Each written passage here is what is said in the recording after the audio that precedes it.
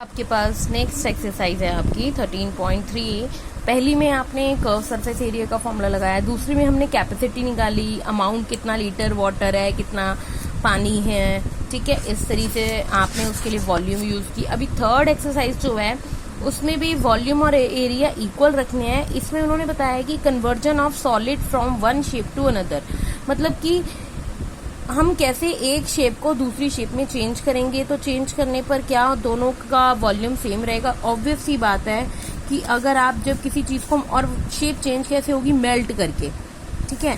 मान लो इस cylindrical form में 2 लीटर वाटर है। अगर मैं उसको ये एक सॉलिड पाइप है जिसका वॉल्यूम है 8 सेंटीमीटर क्यूब। तो अगर मैं इसको मेल्ट कर दूं गर्म करके, और इसको जो है मेल्ट करने के बाद उसको मैं एक क्यूबॉइड के शेप में बना दूं, उसमें डाल दूं, तो देखो जो वॉल्यूम इसका था वही इसका रहेगा। दोनों का वॉल्यूम अलग तो नहीं होगा क्योंकि मैंने उसी चीज को मेल्ट करके इसके अंदर ट्रांसफर किया है। तो इसी तरीके से ये एक्सरसाइज है। यहाँ पर आपने क्या करना है, पहला क्वेश्चन देखो क्या है। A metallic sphere of radius 4.2 centimetre. Metallic sphere मतलब स्फेयर है जिसका रेडियस कितना है 4.2। मेल्टेड किया मतलब उसको मेल्ट करा और रिकास्ट दोबारा किस शेप में चेंज कर दिया? सिलेंडर में। तो जो वॉल्यूम स्फेयर का है वही वॉल्यूम सिलेंडर का होगा, ठीक है।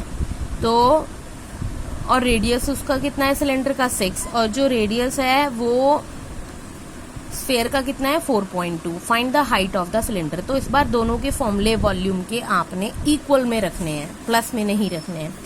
रेडियस ऑफ स्फेयर R1 मान लिया 4.2, फिर रेडियस ऑफ सिलेंडर 6 सेंटीमीटर, इसको R2 मान लिया। अब एक तरफ वॉल्यूम ऑफ सिलेंडर का फॉर्मूला रखा और एक तरफ वॉल्यूम ऑफ स्फेयर का फॉर्मूला रखा।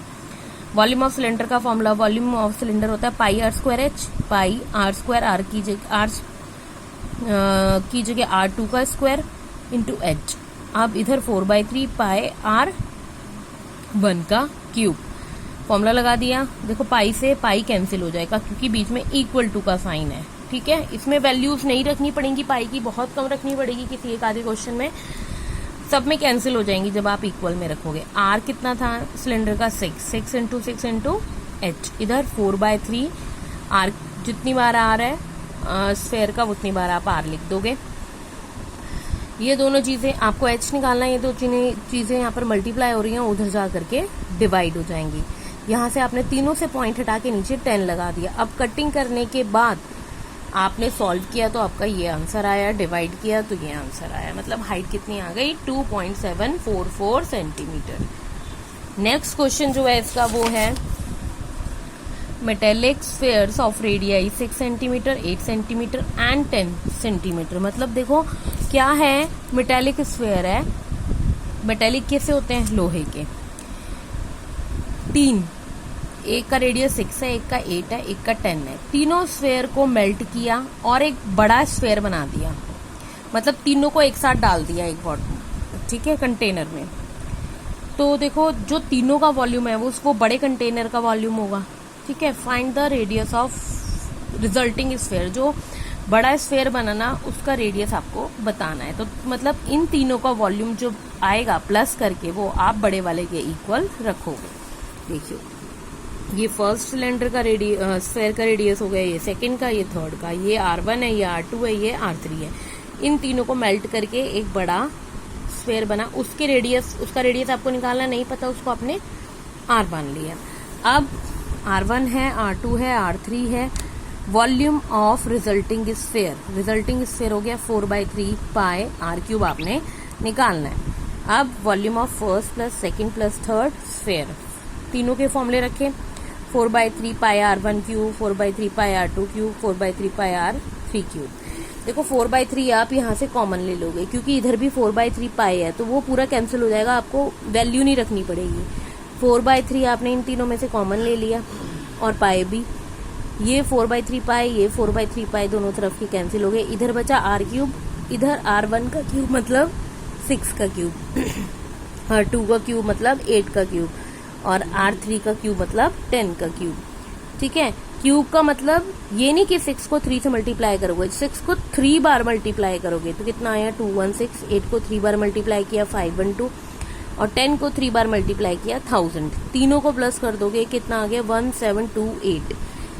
अब क्यूब रूट निकालना है इसका। स्क्वायर रूट और क्यूब रूट आप लोग ऑलरेडी 8th क्लास में पढ़ चुके हो। क्यूब रूट आपको पता है हम कैसे निकालते हैं, इस तरीके से निकालते हैं। जब 2 2 के आपके पास पेयर बन जाएंगे तो आप फिर इसको कॉमन ले लोगे, ऐसे ही करते हो। ये आपका क्यूब रूट हो जाएगा, ठीक है।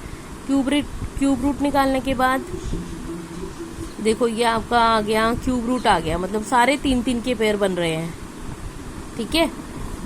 एक ये 2, एक इनमें से 2 और एक इनमें से 3। एक 2 2 जा 4 3 जा 12, मतलब ये किसका क्यूब रूट है 12 का, ठीक है। अब इसी तरीके से क्यूब रूट आप निकाल करके दिखाओगे। नाउ नेक्स्ट क्वेश्चन है आपका क्वेश्चन नंबर 3, ठीक है। 20 metre deep well with diameter 7। Well क्या होता है? वेल होता है एक कुआं, ठीक है। अब उन्होंने क्या बोला यहाँ पर आपको 20 metre deep well. 20 metre deep well का मतलब क्या हुआ? गहरा है, 20 मीटर गहरा है उसकी जो अंदर हाइट है। डायमीटर कितना है 7 is dug and the earth taken out from the digging is evenly spread around the to form a platform 22/14। पहली लेंथ होती है, फिर ब्रेथ होती है, फिर हाइट होती है। हाइट आपको नहीं दी, वो निकालनी है। Find the height of platform. देखिए वेल होता है आपके पास, आपने सबने वेल देखे। वेल के चारों ओर जो होता है, वेल होता है कुआं, चारों ओर हम मिट्टी की बाउंड्री बनाते हैं और ये जिसके ऊपर होता है वो एक प्लेटफॉर्म होता है, ठीक है। और प्लेटफॉर्म जो होता है हमेशा क्यूबॉइड फॉर्म में होता है।